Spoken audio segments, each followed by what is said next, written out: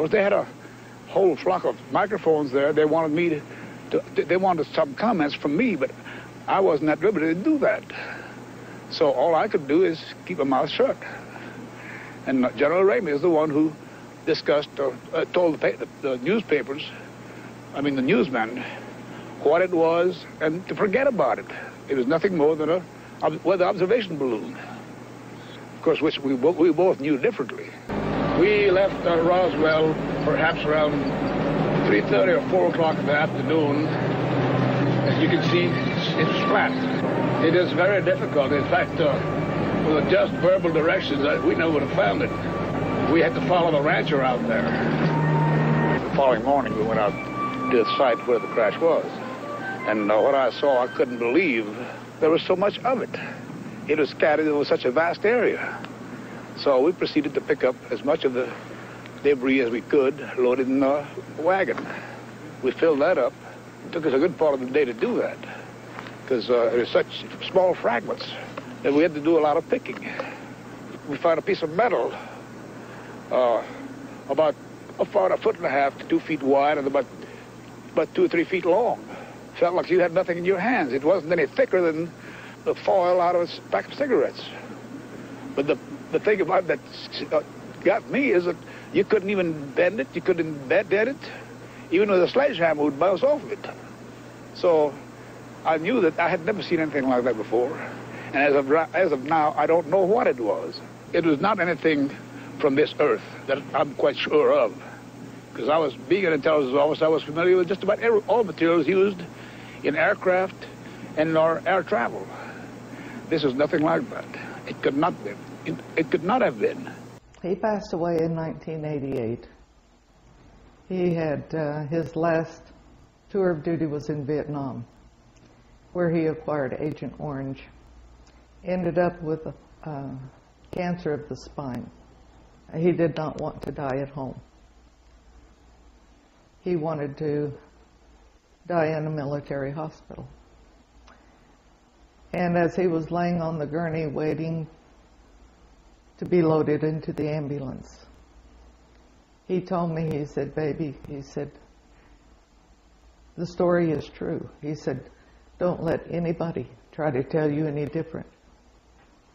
He said, "The incident happened. There was a spacecraft." He said, "There were graves out there." And I kissed him, and that's the last I got to talk to my dad. But he was very committed gentleman. His love was for the service and his family, and he did his best to take care of both. What he told me, I believe with all my heart. My name is Savage Dodson.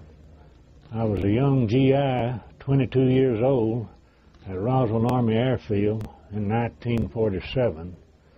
My job out there was in technical supply, and that job included taking care of what we called flyway kits. One day, the base supply called me and said, "We have some fuel injection pumps for your flyway kits." And I said, "Okay, I'll come up and pick them up."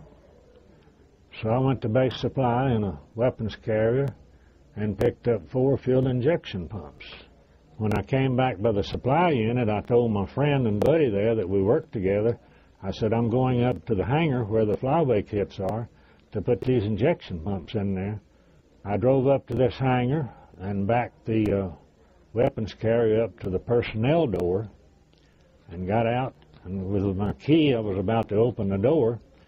I noticed there was an individual over here, but I had not paid any attention to who he was or what he was doing. And the guy says, "Hey, Sarge, where are you going?" I said, "I'm going in the building here to put some fuel injection pumps in our flyway kits." He says, "You can't go in there." Well, I didn't pay a great bit of attention to him. I just kept walking with my key, and I got almost to the door to insert the key, and he says, "I says you can't go in there."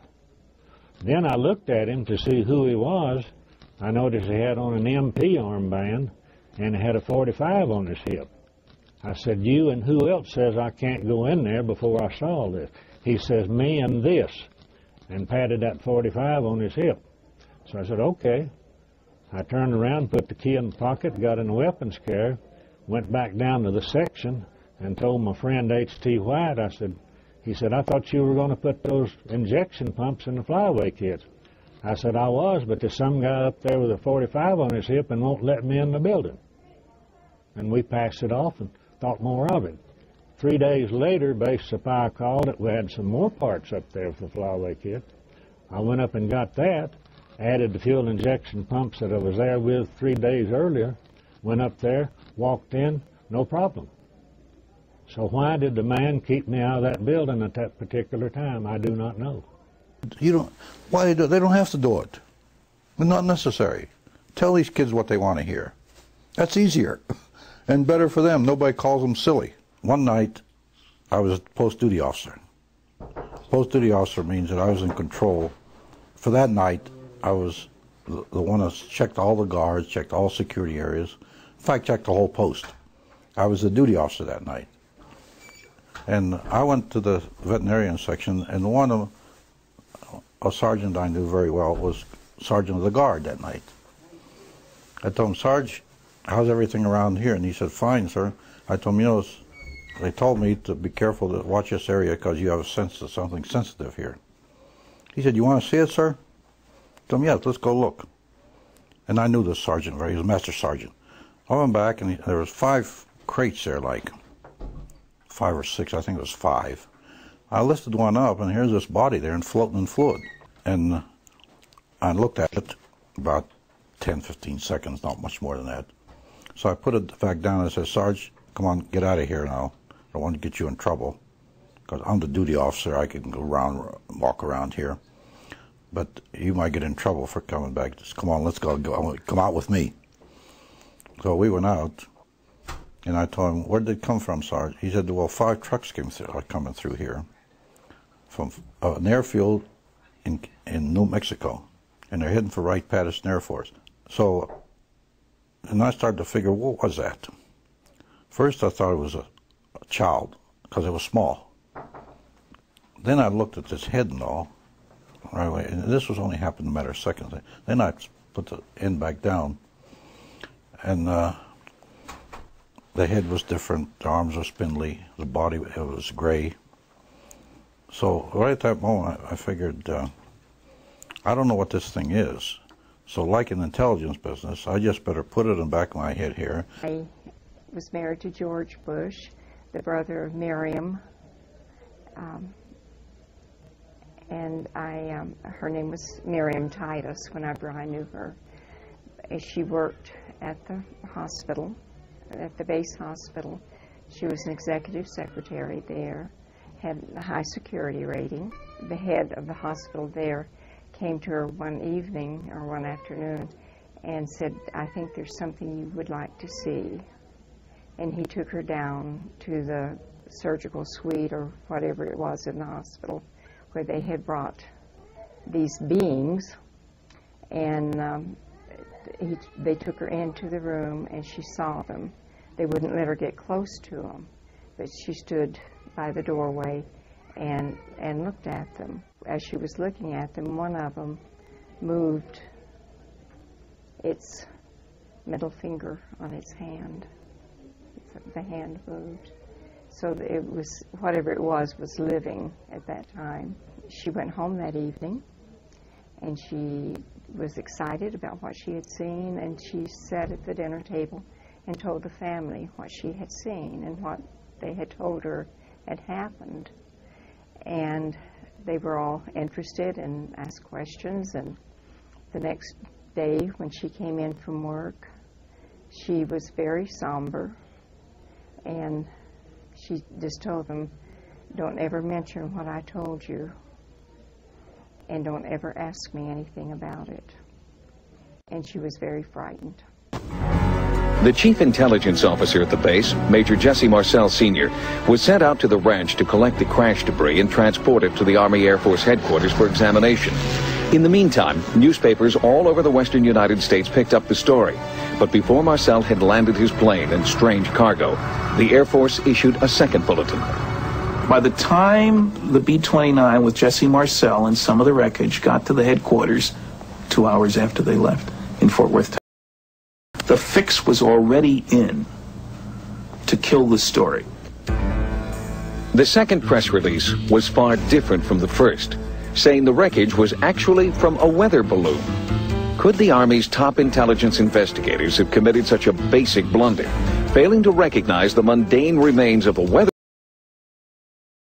No, says nuclear physicist and part-time UFO researcher Stanton Friedman, who's been investigating the Roswell crash for over a decade. He says that while Marcel was in the air, the Roswell base commander, Brigadier General Roger Ramey, got orders from Washington to cover up the incident. And what he did was arrange for the wreckage of a weather balloon, the radar reflector on a weather balloon. And for a while, the saucer saga was forgotten, and might have remained so if Major Marcel hadn't rekindled the fire in 1980. Just before he died, Marcel admitted that the weather balloon story had been fabricated to hide the truth. He told Walter Hutt there really was a saucer crash.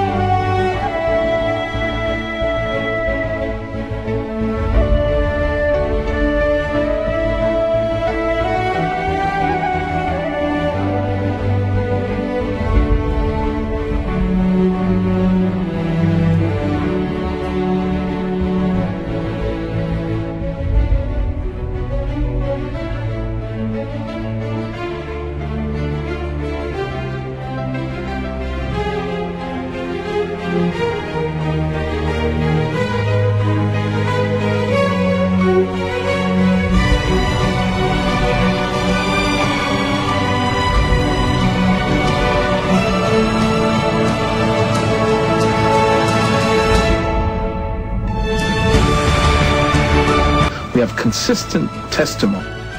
Law would convict anybody of a crime.